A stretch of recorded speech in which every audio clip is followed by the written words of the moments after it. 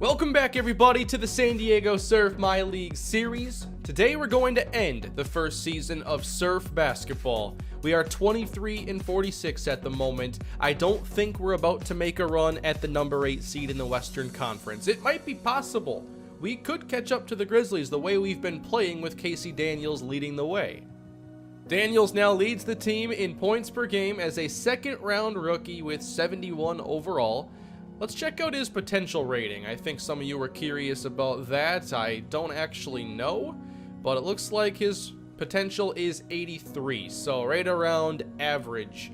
But like overall, I don't care about overall that much because I don't necessarily care about players being overall basketball players. Like, what are you as a scorer?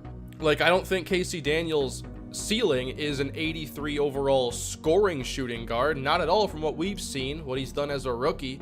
I think potential is useful until you've seen them play, and then when you watch them play, you get to see what kind of a player they are, and you can just determine their ceiling from there, and I think Daniels is pretty high. Anyway, I do think that with the injury to rookie Frederick Wilcox, it's probably the best idea just to shut him down for the rest of the season. So where is the injured reserve mechanic here? Does basketball have injured reserve, or do you just stay off the court? Sprained right knee gonna keep me out 1 to 2 weeks. Don't worry, San Diego, there's not an injury invented that can keep me down. Hashtag strong. I like that players have their own feeds here. That's kind of cool. Oh wow, he even had one when he came back from his left ankle sprain. I'm pretty sure I put the brace on his right ankle. Whoops. Man, this injury has me feeling worse than the time I tried playing a hoops game not made by 2K. Oh my. So it looked like Wilcox's run at Rookie of the Year is probably over, but I'm guessing he'll come back from his injury and maybe play out the last week or two of the season. So we have this forced game here. We might have another one though. Oh no, that is the last game. Okay, so we're gonna do a lot of simulating today. Hope you don't mind. As we get to the end of this season, Wilson Chandler is healed, but we'll leave the rotation as is. After we defeat the Thunder, we take on the Warriors and lose to them by 29 points. And then we get a victory over the Wizards. By the way, I like their new logo. That's kind of cool. Another blowout victory over the Clippers. The Wolves can't beat us. The Celtics. Oh my, that was one of our worst losses. And then Frederick Wilcox is back. Oh man, Dwayne Dedmon is now day to day. I wonder if he's going to miss this game against the Force. The last one I want to play. Let's go through some of these box scores, though. What's been going on? OKC dropped 29 in this game. Jay Crowder, 23 against OKC. In the loss to the Warriors, Steph Curry hit 9 threes against us. Brogdon had 17. I'm guessing in most of these victories, we had Daniels go off. Not this game, though. Bolden led us in scoring, actually. And then in this victory, Daniels had 34, which might be a Surf record. I'm pretty sure that is. We could even beat the Timberwolves when Karl Anthony Towns has a 20-20 game. So we're doing a couple things right. This game against the Celtics, though, this is not our best performance. Jason Tatum, 29 points. Yeah, this is pretty bad for us. I don't know what happened to get outscored by almost 50 points. And then against OKC, Boban, 16 points, Daniels, 14. And now, one game against the Force, and we'll sim out the rest. We'll give Dedmon a break. We're going to play Boban, although I guess he is fatigued. I want to see what that looks like when a player's fatigued like that. He's a little sluggish here, so I might not want to play him too much. He's already suffered some injuries this year. Or maybe Miles Plumlee. I traded for him just so I could acquire a pick, but he hasn't played, I don't think, a single minute. Yeah, we're going to play Plumlee. We're going to give a rest to Boban, a rest to Dedmon, and then play Tony Bradley at backup center. I like that plan. In that last stretch of simulating, Casey Daniels only increased his points per game. He has 7 total badges. I'm not sure if that is as many as he had when I drafted him, but obviously he's had a really good season. There has to be some development that's come from this. Playoff spots are being clinched left and right. The Pittsburgh Force are 44-29 in their first year of existence. We are now 30th in the power rankings at last. We are out of the bottom. We're projected to have the 4th best lottery odds currently at the moment. And yes, Casey Daniels 34 was a team record for points in a game, and here are some of the other records held by other players. Wilcox actually has the most threes in a game, but Jay Crowder's up there as well with 6 rebounds. Jonah Bolden had our only 20. Oh, that's right, we traded them Dellavedova, so we're going to see him today. A little revenge narrative, I guess you could say. And here we go, the expansion teams meet again. I'm sure we'll have a lot of matchups against them in the future as the series progresses, and here we go. Let's play.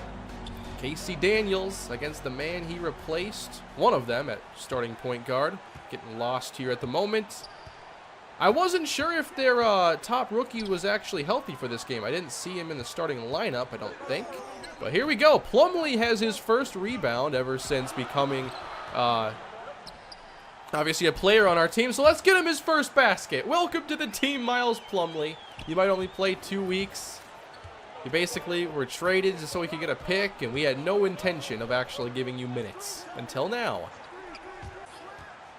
Play off the screen. Oh, drawing the foul. That was nice. Need to start calling some plays earlier so I have a little more time to execute them. I always wait till I get the three-point line. Supposed to pass this one off, and Daniels cuts. We got a lot of movement here. Come on, I'm trying to run a play. Do you have to reach? Crowder, get down to Wilcox here. How about don't lose the ball? Give it up to Plumlee. Come on, man. Dellavedova kicks the clay, and that looked good. I thought that was going in. All right, Brogdon, let's push the effort here. No, Wilcox who draws the foul. And that's one. Wilcox averaging about 15 points a game. It's been a good rookie year. At last glance, he was 2nd in Rookie of the Year voting, which is very good. Obviously, it hasn't been a completely good year for Frederick Wilcox with injuries and some stretches of not high-level play, I guess. We were spoiled early on, so when he wasn't, you know, perfect when he came back from injury, it was a little disappointing. What was that, Cody Zeller? You're going to be the starting center on a playoff team playing like that? Come on. I don't think so. Oh, don't lose the ball. That was horrible pick and roll. And then I got intercepted. That is still not the most embarrassing interception on my channel this week. There's always going to be that. You know, bright spot. That was nice. All right, got a play call this time. I see Plumlee here. Oh, this is the one where he gets it, and then Daniels sprints through, although he kind of stopped there. I don't know how it's supposed to be run. Daniels got a turnover, and now he's cold, and Dellavedova makes it 7-3. That's what I like to see. Brogdon, draw the foul. I like Malcolm Brogdon. I'm not trading him. I've gotten pretty comfortable with what he does well here in 2K. And there's a 3-point play for us. Already a sub? Isn't it a little early for that? Maybe somebody had a couple fouls. Oh, Delly had it knocked away. Plumlee, he's fresh. He's making all kinds of plays. And Crowder, give us that lead, please. So I guess today, welcome everybody to the Miles Plumlee show. I think he's going to stuff the stat sheet today. Klay Thompson nails another 3, and we call a timeout. Oh, Daniels is open right here. End that cold streak. But he was on the line, so it's only a 2. Uh-oh, Klay might take it again, or kick it out to Middleton. His turn to knock down the deep 3.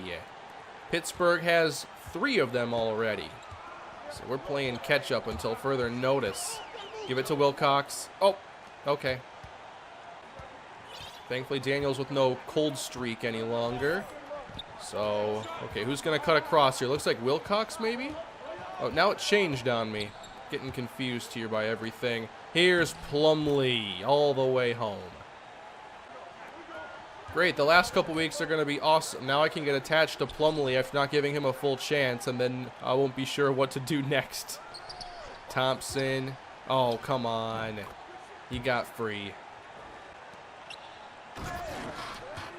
Oh, no. That was not a good look for our guy, Miles Plumlee. Getting dunked on like that. All right, let's call a play here. Let's go fist 4-out spread. The spread offense, right? No? Gotta go this way? Oh, I see. I see. Brogdon. Makes me look a little bit better than I am. Nice defense, everybody. I like it. Cover 0. That's what I'm talking about. 19-14. One of my higher scoring quarters, actually. A lot of mine end up being really low scoring. Fine, I'll take it. Daniels knocks down the 3. 19-17. What's it gonna be now? KC. Oh, tipped. Give it to Wilcox. Let him drive. Kick it. Oh, come on. Daniels wide open in the corner. You got to be kidding me. They always reach when someone gets open. All right, so we had some fun in that first quarter. Let's do a little bit of simulation now as the Force began to pull away against the second team. Oh, my. Almost 40 points in that quarter. Not good defense. We've got to work on that in the offseason. And remember, this is kind of your last episode to offer any feedback on what we should do going into the offseason. So let's jump back in. Looks like we still have a couple backups in there. Maybe just Kevon Looney. Forgot we had him on the team for a moment. He could also start at center. We're pretty thin there right now. Oh, there's Chris Flanders. I was wondering where he was. He misses the 3, but they get the second chance points from Bates Diop. Let's go. Risky throw here maybe to Daniels. What do we got? Let's call one of these. So Looney's going to run that way. Now Daniels runs this way. It's just to hand it off to him. Not sure. Come on, double team Looney right here. Kick it to Casey. They're not going to let me do that. Oh. Can I get this shot up, please? This is weird. How was that on me? Oh, Bates Diop's going to take the tough shot and knocks it down.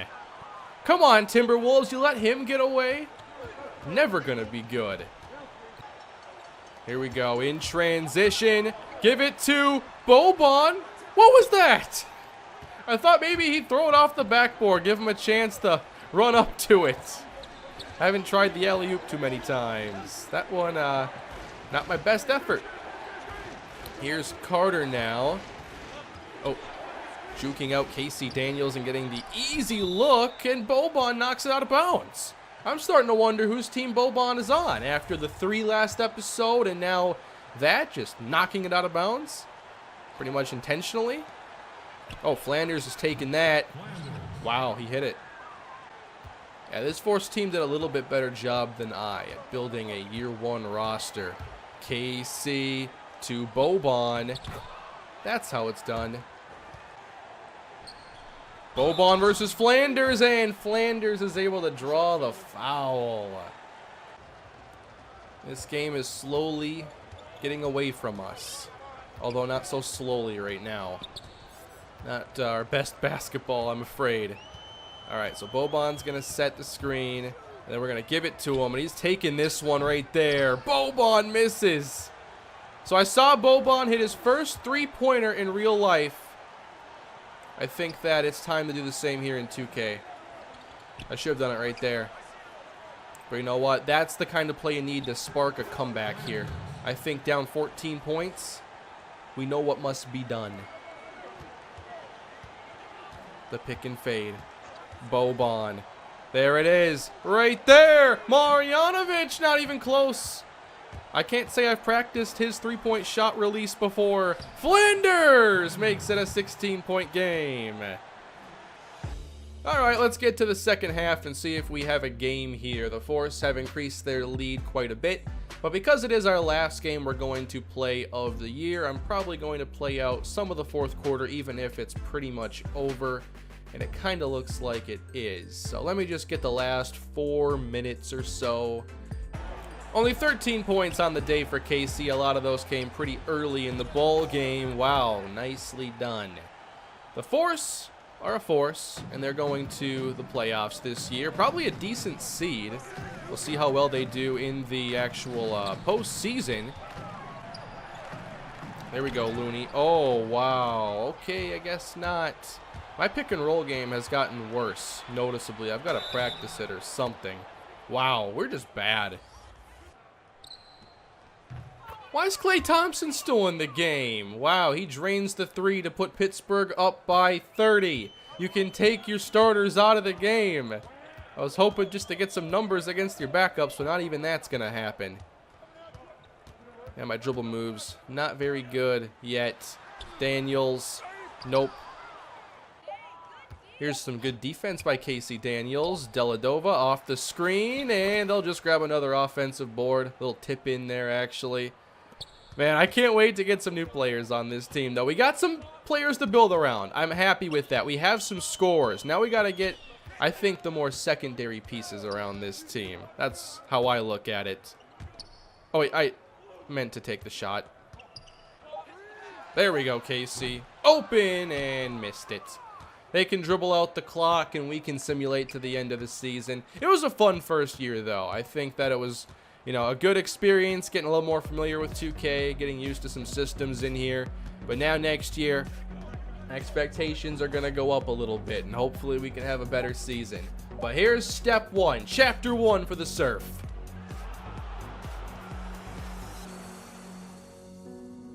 We're able to defeat the Mavericks, and then Casey Daniels, back spasms. So his season is going to be done. We still beat the Suns without Casey Daniels. I'm pretty happy about that. We beat the Suns again. And then the Pistons to finish out on a 3-game winning streak. So there you go. Ben Simmons is the MVP from year 1 here in the series. 22.5 points per game. Nearly averaged a triple-double. Not bad. Steph Curry came in 2nd place. Then Giannis, Kevin Durant for the Knicks. And, oh, those are the first team players. Okay, first team, second team, no major surprises. Third team, defensive first team. Don't expect to see anybody from the Surf here. And all rookie, Wilcox. But we don't see Casey Daniels, all rookie first team, or all rookie second team even. Come on. So we end up with the 2nd worst record in the Western Conference and a 31-51 record. So better than I thought we would be, but I wonder what our record would have been if I had never brought Casey Daniels up from the G League. We had a better record than a few teams in the Eastern Conference, so it looks like the 4th best lottery odds are where we're going to be locked into. The Celtics had the 1 seed, the Thunder had the 1 seed. The Golden State Warriors did not even make the postseason, so with losing Durant, losing Klay Thompson, the Warriors are kind of in a little bit of a rebuilding process. Overall, we had the lowest points per game in the entire league with 97.9. Points allowed per game, we were at least average. We were right in the middle of the pack, so I think our defense improved throughout the season, but in terms of points differential, we're last. Field goals made per game, last. Field goals attempted were pretty low as well. How about 3-point percentage? That we should be okay at, but we ended up not being as good as I thought. Maybe it's all those threes I took contested. Not a great free throw shooting team, not a great rebounding team in general. I think our offensive rebounds, yeah, they're among the worst. How about defensive rebounding percentage? Oh, a lot of teams actually finished worse than us. We got better at it. Worst in second chance points. How about our bench percentage? We actually might have had a lot. All right. Yeah, I like some of the scorers we had, both starters and coming off the bench. So, a lot of work to do, I think, especially on defense. Let's take one more look here at the team's points per game. Casey Daniels, 16.9. With Daniels, Brogdon, and Wilcox, we definitely have, like, our big 3. That's our big 3 to build around for the future. Jay Crowder's not a bad player to have on the team, but he is about to have his contract expire. We have Patty Mills on a 2-year deal. I'm probably going to look to trade him in the offseason with the rise of Casey Daniels. And then Dwayne Dedman, I'll probably want to keep him on his about $6 million salary. But I think that after next episode on the offseason, we'll have a lot of new faces and hopefully some difference makers. We'll sim the postseason after we finish up kind of the wrap up of the season for us, but I wanted to take a look at some of the top players in the draft and get an idea of who you think we should be taking. If you check out the mock drafts, they have us taking Barney Higgins out of UNC. In the 2K mock draft, they have us taking Yee. I'm not sure how to pronounce the first name quite yet, but he's someone we'd be considering. And then the NBA.com has Barney Higgins. A lot of them say Higgins. In round 2, looking at Harold Lowry maybe. So let's take a look at our scouting then. Higgins was the big name that we saw constantly come up, and he has 79 overall. He might have the highest overall in this entire class, among them anyway. So that's pretty positive. His defense is a C-, B offense, 6'7", 206 would take care of that small forward spot. And I'm still considering if I want to have Frederick Wilcox play small forward. Higgins looks to also be a shooter who can put up a lot of points, including threes. He has A+ 3-point shooting. Do we want another player that can shoot the three? I guess it doesn't hurt, but I don't want to ignore all the weaknesses. And then there's Yee, who's also been mocked to us. He is a small forward / power forward, 6'9". Looks like he has some good scoring, but also a little bit of defense as well. So that's definitely intriguing to me. Looks like he's an average athlete for the position with perceivably A+ potential. I don't really care a ton about like overall rating and potential and some of that, but obviously higher is better than lower. It's just sometimes when players are a little bit lower, you can work around it based on their skill set if you use them the right way. I think we'd also have to consider Rodney Kane out of New Mexico, 6'9", 227, but his defense is also below position average. And it seems like all the players that are toward the top of this draft are below average at defense. I didn't realize I could add players to my draft board here. I guess I should have been doing that from the beginning. The top player, though, on the Draft Express board is Sean Cannon. I know we've gone through his ratings before. He's 19 years old, and he does have pretty good perimeter defense. So that's a big positive if we want to get better on the defensive side, although it wouldn't be the inside defense that I think we really need. Overall, though, I've just never had to build a full basketball roster, really, so I know I have a lot of scorers. I'm just trying to find, other players that can help us out. And I don't necessarily need our first pick in this draft to be somebody that just plays good defense. Obviously, I just want a really good player that has as many strengths as possible, and hopefully in the second round or in free agency, I can find maybe a center that fits what I'm looking for. It's just normally like in football, when I have a problem, like we aren't a very good run stopping team, I have a clear path as to how to fix that. But here, I'm just trying to think about like, all right, we have a few players in place, they're going nowhere, so what's next? And how do I attack the draft without limiting upside just to fill a need? And how do I make sure that the need still gets filled at the end of the day when I only have 2 picks and I can't sign a bunch of players? So this is where I need some help. Like, how do you address the issues on this team, and what's the right way to add players? Overall, the center class doesn't seem fantastic. I don't know if we'd go center early enough. I don't know. But even in the second round, I'm a little unsure about some of these prospects.